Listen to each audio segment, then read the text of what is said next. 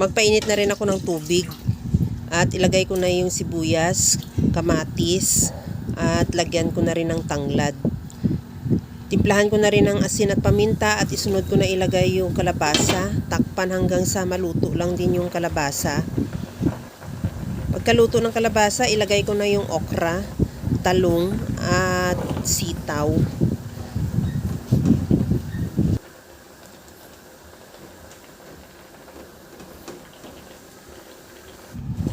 Ilagay ko na yung piniritong isda para magkaroon na rin ng lasa ng piniritong isda yung ating sabaw. Maglagay na rin ako ng siling green. Takpan hanggang sa maluto lang din yung gulay.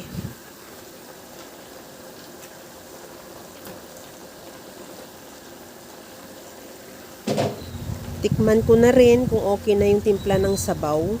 Maglagay ako ng liquid seasoning, kahit anong seasoning available sa'yo pwede. At isunod ko na ilagay yung alokbati at talbos ng sili. Kung may malunggay ka pwede, mas maganda rin. Kaya lang dito sa amin ngayon hindi available yung malunggay.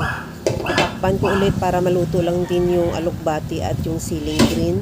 Siguro mga 1 minute lang. Madali lang yan kasi parang mausukan lang yan, luto na. At kunting halo lang yan. Okay na yan yung ating napakasarap na laswa with piniritong isda. Maglagay din ako ng kunting spring onion. Optional, kaya lang may available ako dyan. Sayang din naman na masira lang sa ref. Kaya ilagay ko na rin. At okay na to, ready to serve na. Kaya mga kalasa, kung nagustuhan mo yung ating video, please like na lang at pakishare na rin sa inyong mga friends. At kung bago ka pa lang sa aking channel, subscribe na at i-click mo na rin ang bell button para sa mga notification. Okay na to. Hanggang sa muli mga kalasa. Thank you for watching. Bye-bye!